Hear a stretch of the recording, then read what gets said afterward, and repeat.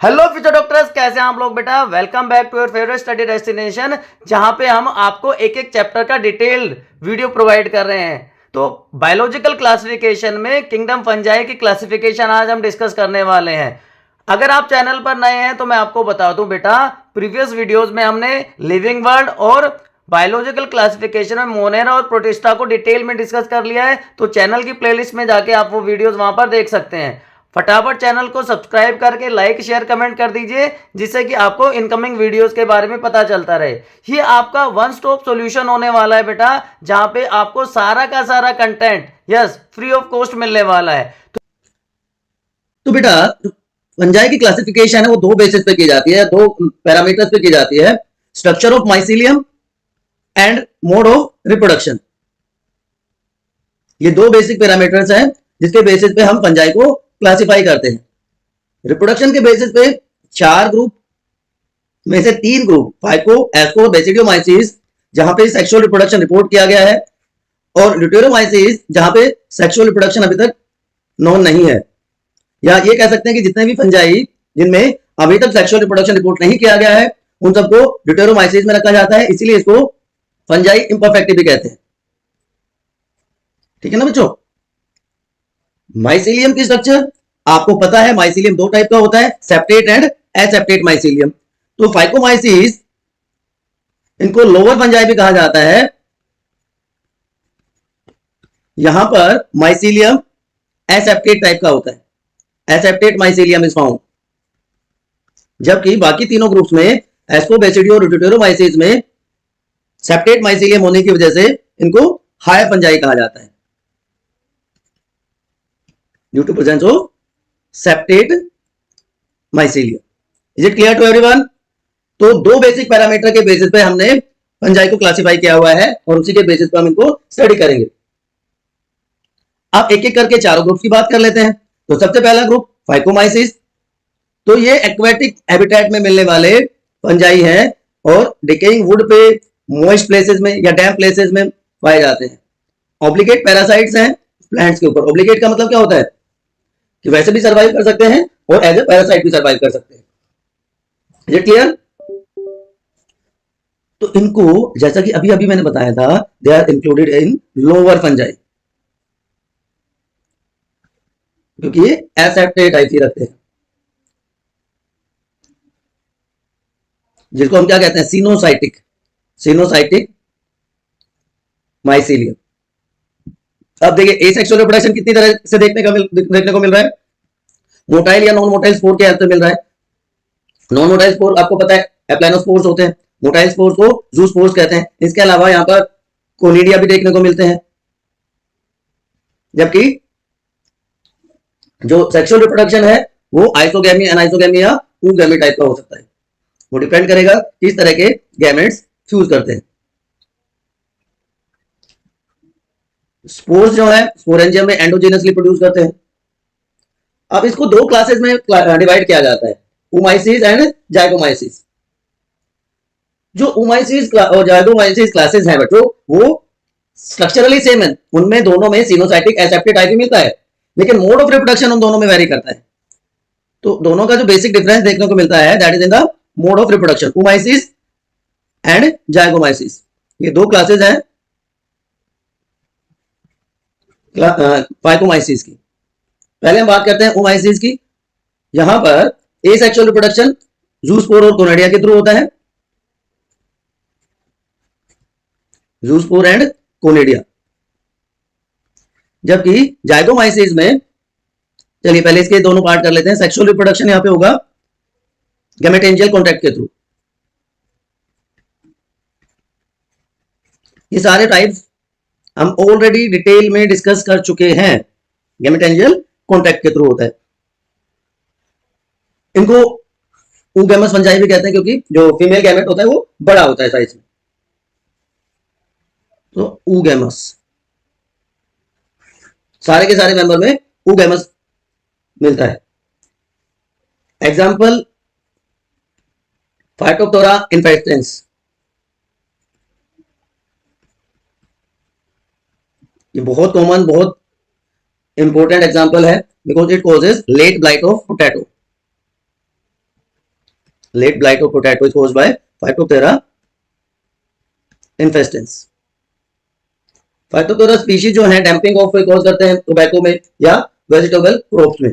दूसरा important example इसमें आता है कैंडिडा, एल्बुगो कैंडिडा। ये दूसरा इंपॉर्टेंट एग्जांपल है ओमाइसिस का। इट कॉजेज व्हाइट रस्ट, ठीक है ना। ये ऑब्लिगेट पैरासाइट होता है, होस्ट स्पेसिफिक है, होस्ट स्पेसिफिक ऑब्लिगेट पैरासाइट। इसके अलावा और भी कुछ मेंबर्स हैं जो डिजीज कॉज करते हैं, बट ये दो इंपॉर्टेंट हैं। अब बात करें जाइगोमाइसिस की।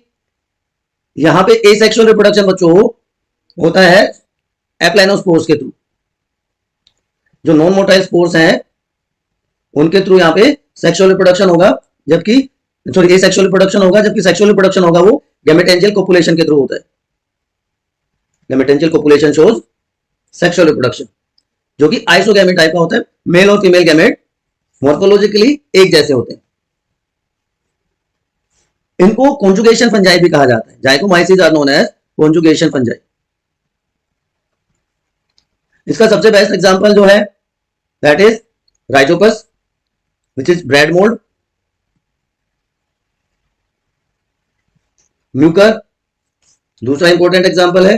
लेकिन उसके अलावा एक जो इंपॉर्टेंट एग्जांपल मैं यहां पे मेंशन करना चाहता हूं that is पाइलोबोलस।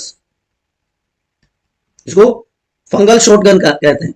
It is known as fungal shotgun, क्योंकि इसमें जब स्पोरेंजियम रप्चर होता है तो ब्लास्टिंग होती है, इसलिए इसको फंगल शॉटगन कहा जाता है।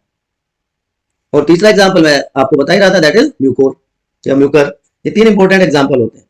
म्यूकर को डंग मोल्ड कहा जाता है, राइजोपस को ब्रेड मोल्ड कहा जाता है। तो कंफ्यूज नहीं होना है, याद रखना है।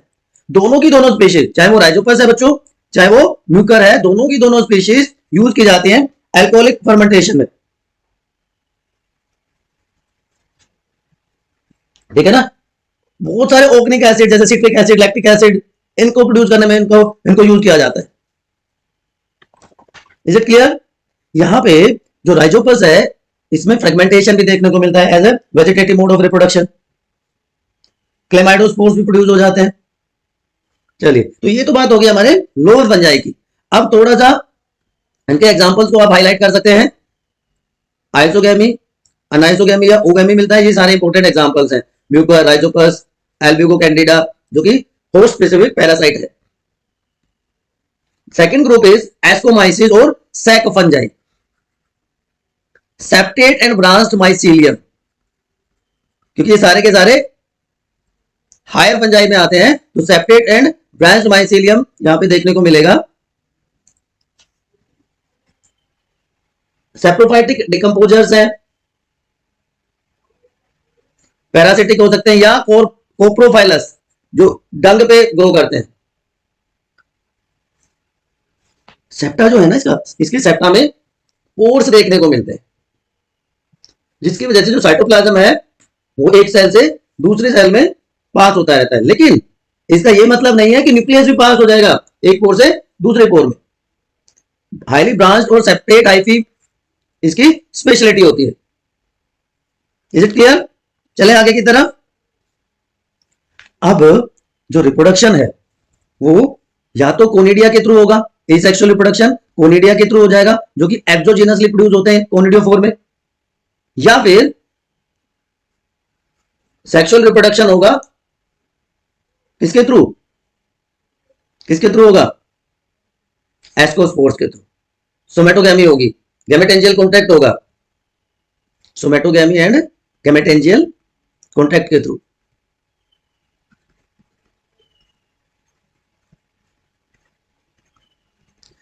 एस्कस फॉर्मेशन ऑलरेडी आपने देखा हुआ है। एस्कोस्पोर्स में बहुत सारे इस तरह से एस्कस प्रोड्यूस होते हैं एस्कोकार्प में। सेक्सुअल रिप्रोडक्शन के टाइम पे ये एस्कोस्पोर्स की फॉर्मेशन होती है, इसलिए इनका नाम भी क्या दिया गया है, एस्कोमाइसिस। देखिए कैसे होता है, अगर इसकी पूरी प्रोसेस की अगर हम बात करें तो थोड़ा सा डिटेल में मैं आपको बताता हूं। ये माइसीलियम है, राइट। तो ये माइसीलियम एक दूसरे के पास आते हैं, या हम कह सकते हैं माइसिलियम फ्यूज करते हैं with each other, plasmogamy occurs. तो पहला स्टेप क्या होता है, प्लाज्मोगैमी। जब फ्यूजन हो जाता है तो फ्यूजन से क्या बनेगा, दोनों न्यूक्लियस एक साथ आ जाएंगे, it is known as dikaryon, dikaryophase. याद आया आपको, मैंने आपको बताया था फीचर्स में, डाइकैरियोन बन जाता है।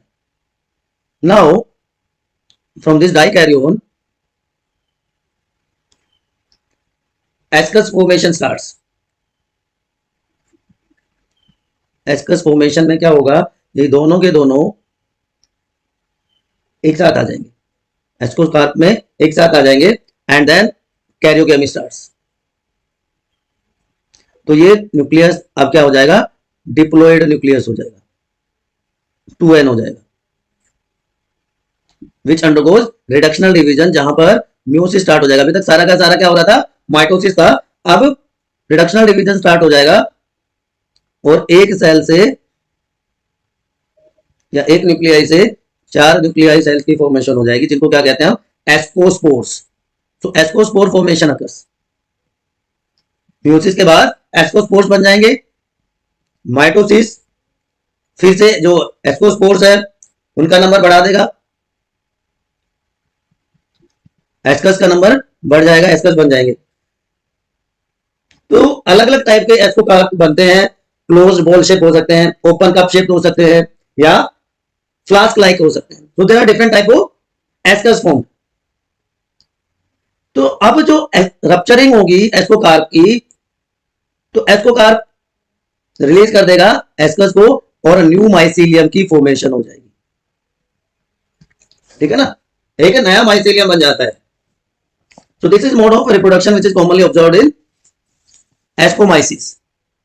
इंपोर्टेंट इकोनॉमिक इंपोर्टेंस बहुत ज्यादा है, और इसमें एक दूसरा इंपोर्टेंट एग्जांपल भी आता है जो कि यूनिसेलुलर है, यीस्ट। तो देखिए इकोनॉमिक इंपोर्टेंस की बात मैं बता रहा हूं, न्यूरोस्पोरा क्रासा, न्यूरोस्पोरा क्रासा ये वाइडली यूज किया जाता है experiment as a experimental material.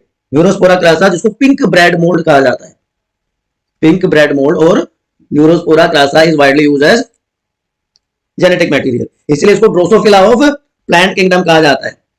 It is known as Drosophila of plant kingdom,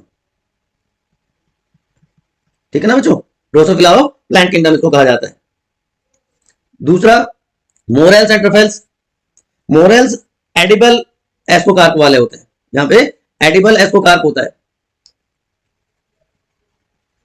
ट्रफेल्स ये भी एडिबल है, लेकिन ये इनको खोदना पड़ता है। उसके अलावा एस्परजिलस नाइजर, ये भी एक इंपोर्टेंट मेंबर है, इंपोर्टेंट एग्जांपल है। It is known as weed of laboratory, सबसे ज्यादा कंटामिनेशन कॉज कर देता है। बैसिडोमाइसिस से जाने से पहले मैं आपको इसके इकोनॉमिक इंपोर्टेंस के बारे में थोड़ा बताना चाहूंगा। देखिए एस्परजिलस की बात कर रहे हैं पहले हम, बहुत सारी इसकी स्पीशीज होती है। नाइजर का तो मैंने बता दिया, Aspergillus niger weed of lab citric acid produce करता है, helps in formation of citric acid. Aspergillus फ्लेवस ये स्टोर्ड फूड पे ग्रो करता है, ग्राउंड नट पे या कैशू नट्स पे, फोडर पे, और ये एक हार्मफुल केमिकल सिक्रीट करता है, aflatoxin. Aspergillus fumigatus, it is pathogenic, disease causing है, एस्परजिलोसिस कॉज कर देता है, एस्परजिलोसिस ऑफ ईयर, कान में पेन होता है, aspergillosis of lungs, it is similar to tuberculosis.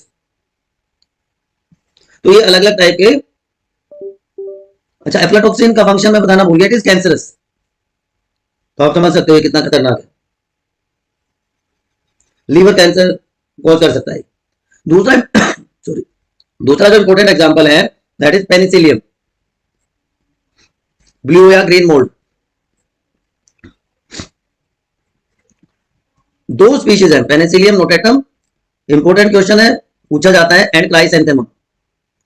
Notatum and ट्राइसेंथेमम।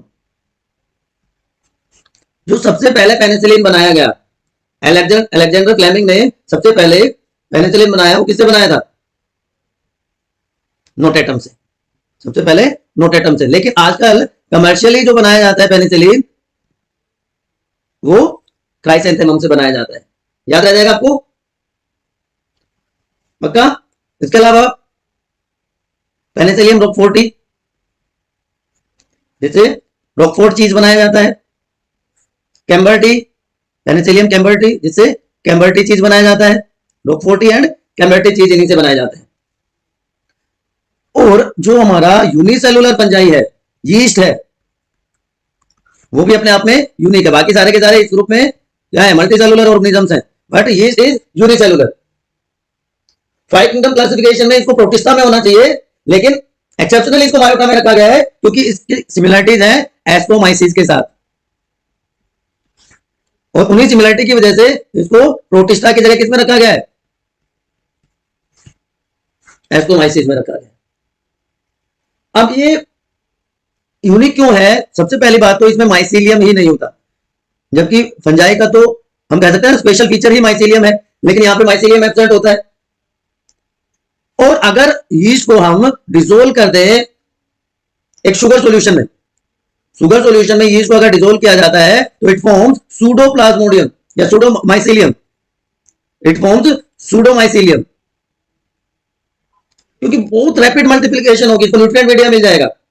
Economically बहुत इंपॉर्टेंट है यीस्ट, हमारी लाइफ को बहुत अफेक्ट करता है। फर्मेंटेशन फंजाई इनको इसीलिए कहा जाता है, दे आर नोन एज। अब आपको समझ में आ गया होगा what is economic importance. Fermentation fungi इसको कहते हैं क्योंकि यीस्ट हेल्प करता है in fermentation of different type of substances. Saccharomyces cerevisiae, जिसको बेकर्स यीस्ट कहा जाता है, बेकिंग इंडस्ट्री का बेस जो है। उसके बाद इसी से विटामिन B12 भी ऑब्टेन किया जाता है, that's why it is very important. तो ये आपकी क्लास होगी कौन सी? एस्ट्रोमाइसिस। अब हम बात कर लेते हैं बेसिडियोमाइसिस की। Mushroom, fungi, puffball, tools tools जो सब में आते हैं वो अच्छा, एक एग्जांपल बेटा मैं भूल गया एस्ट्रोमाइसिस में, क्लेविसेप। क्लेविसेप ये एस्ट्रोमाइसिस का ही एग्जांपल है। It causes claviceps purpurea, it causes ergot of rye. ये इंपॉर्टेंट है इसलिए मेरे को याद आया अभी एकदम से, तो मैं बता देता हूं। और ऐसे इन्फेक्टेड अगर सीरियल हम खाते हैं तो it causes ergotism. It is not part of basidiomycetes, it is एस्ट्रोमाइसिस, ध्यान रखना है।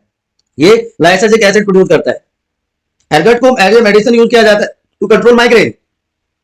प्रोस्टेट जो एनलार्ज कर जाता है मेल्स में, उसको कंट्रोल करने के लिए इसको यूज किया जाता है। और इससे हेलुसिनोजन भी बनाए जाते हैं, तो ये इंपॉर्टेंट था इसलिए आपको बताया। तो अब वापस से आते हैं हमारे बेसिडियोमाइसिस पे, या जिसको हम क्लब फंजाई भी कहते हैं। तो mushrooms, bracket fungi, puffball, tools tools सारे इसमें आते हैं, जो कि ग्रो करते हैं सॉइल पे, वुड के लॉग्स पे, ट्री स्टम्प्स पे, या as a parasite on plant bodies in the form of rust and smuts. Highly branched and septed mycelium. Asexual spores यहां पे नहीं मिलते, लेकिन वेजिटेटिव प्रोपगेशन, फ्रेगमेंटेशन के थ्रू कॉमनली देखने को मिलता है। And sex organs are absent. तो जो फ्यूजन होता है वेजिटेटिव या सोमेटिक सेल्स का, जो या डिफरेंट जो स्टेन्स है जीनोटाइप के, वो प्लाज्मोगैमी के थ्रू फ्यूज हो जाते हैं, और फ्यूजन के बाद एक डाइकैरियोन बन जाता है, जिससे बेसिडियम की फॉर्मेशन होती है। इसीलिए इनको क्या कहा गया? बेसिडियोमाइसिस। डिप्लॉइड फेज मतलब कैरियोगैमी और मियोसिस, रिडक्शनल डिवीजन, दोनों के दोनों कहां होंगे? बेसिडियम में होंगे। 4 बेसिडियोस्पोर्स प्रोड्यूस हो जाते हैं। अब ये बेसिडिया जो प्रोड्यूस होते हैं आउटसाइड होते हैं एक्सोजेनसली प्रोड्यूस होते हैं, और वो एक फ्रूटिंग बॉडी बेसिडियोकार्प में अरेंज हो जाते हैं। तो ये ओवरऑल पैटर्न होता है मोड ऑफ रिप्रोडक्शन का। देखिए कैसे होगा, इसको डायग्रामेटिकली हम देखते हैं। वही 2 different strains in the form of male and female आप कह सकते हो। इसको हम पॉजिटिव मान लेते हैं, ये हमारा नेगेटिव हो जाएगा। बहुत कम क्लोज, अब कम क्लोज होगा तो क्या होगा? दोनों का फ्यूजन होगा।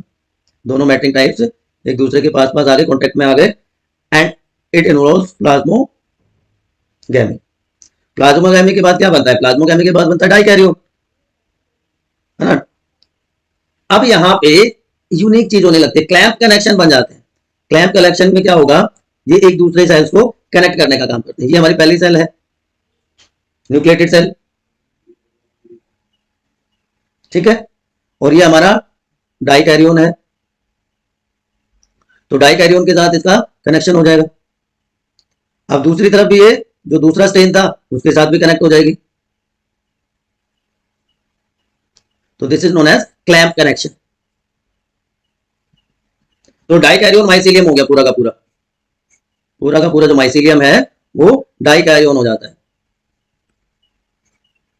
Is it clear to everyone? अब बेसिडिया फॉर्मेशन शुरू हो जाएगी इनमें। कलर चेंज कर लेते हैं। एक्सोजीनसली इस तरह से बेसिडिया फॉर्मेशन हो जाती है, सारा का सारा डाइकैरियोन माइसीलियम है। ये जो फ्रूटिंग बॉडी बनती है इसको कहते हैं बेसिडियम। Now karyogamy occurs. अभी तक प्लाज्मोगैमी हुई थी, अब कैरियोगैमी के थ्रू जो न्यूक्लियस है वो पहुंच जाता है बेसिडियम में। Is it clear? Reductional division, meiosis, जिससे हैप्लॉइड सेल्स प्रोड्यूस होंगी, हैप्लॉइड सेल्स प्रोड्यूस हो गई, और ये हैप्लॉइड सेल्स बेसिडियम पे प्रेजेंट है।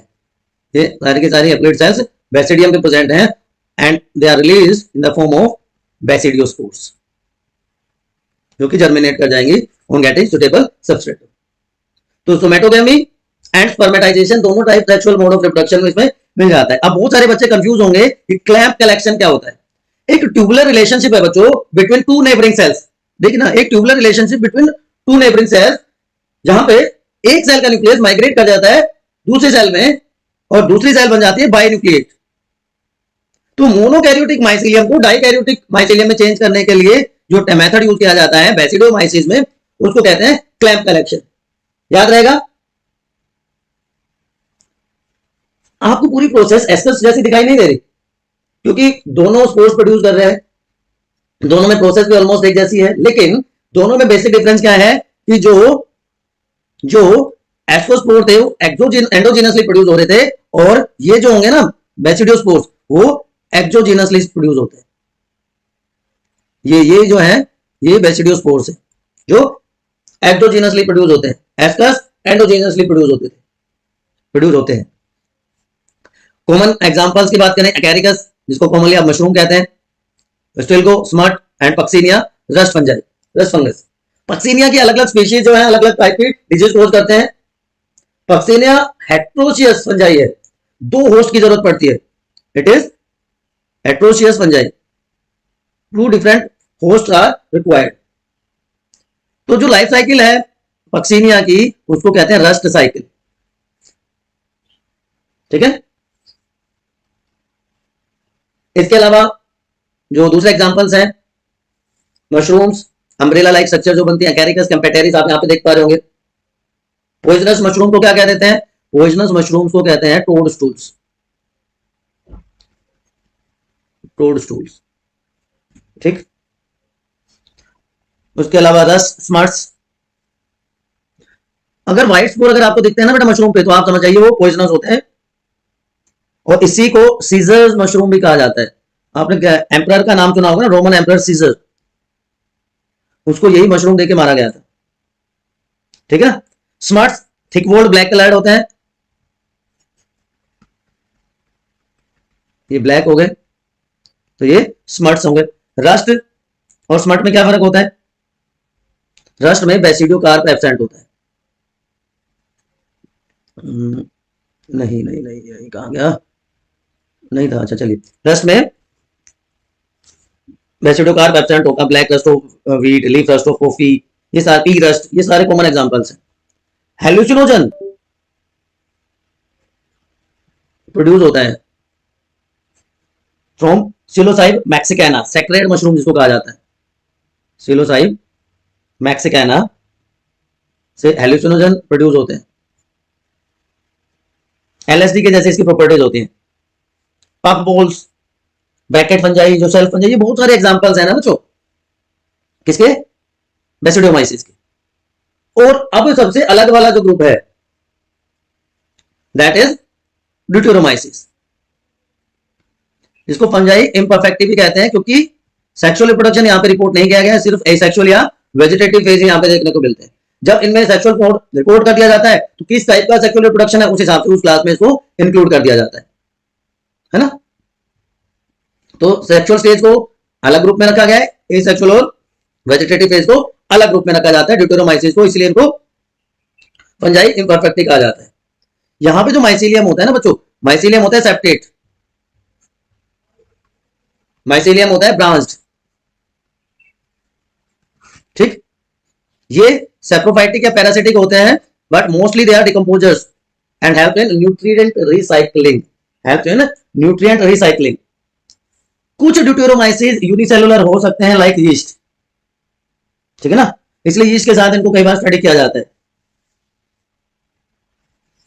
कुछ एग्जांपल जहां पे आप देख रहे होंगे, अल्टरनेरिया, कोलिटोट्राइकम, ट्राइकोडर्मा, ये पैथोजेनिक होते हैं। जैसे ट्राइकोडर्मा की मैं बात बताऊं आपको, ट्राइकोडर्मा बायोलॉजिकल कंट्रोल में बहुत इंपॉर्टेंट है, ये फंगस बहुत इंपॉर्टेंट है, क्योंकि ये केमिकल रिलीज करता है, ये सोयल फंजाई एक केमिकल रिलीज करता है जो दूसरे फंगस को कंट्रोल करने के लिए काम आता है। अगर ये ह्यूमन एलिमेंट्री कैनाल में चला जाए, ह्यूमन एलिमेंट्री कैनाल में ये कर देगा ल्यूकोपेनिया, ठीक है ना, तो ये इसलिए थोड़ा सा खतरनाक हो जाता है।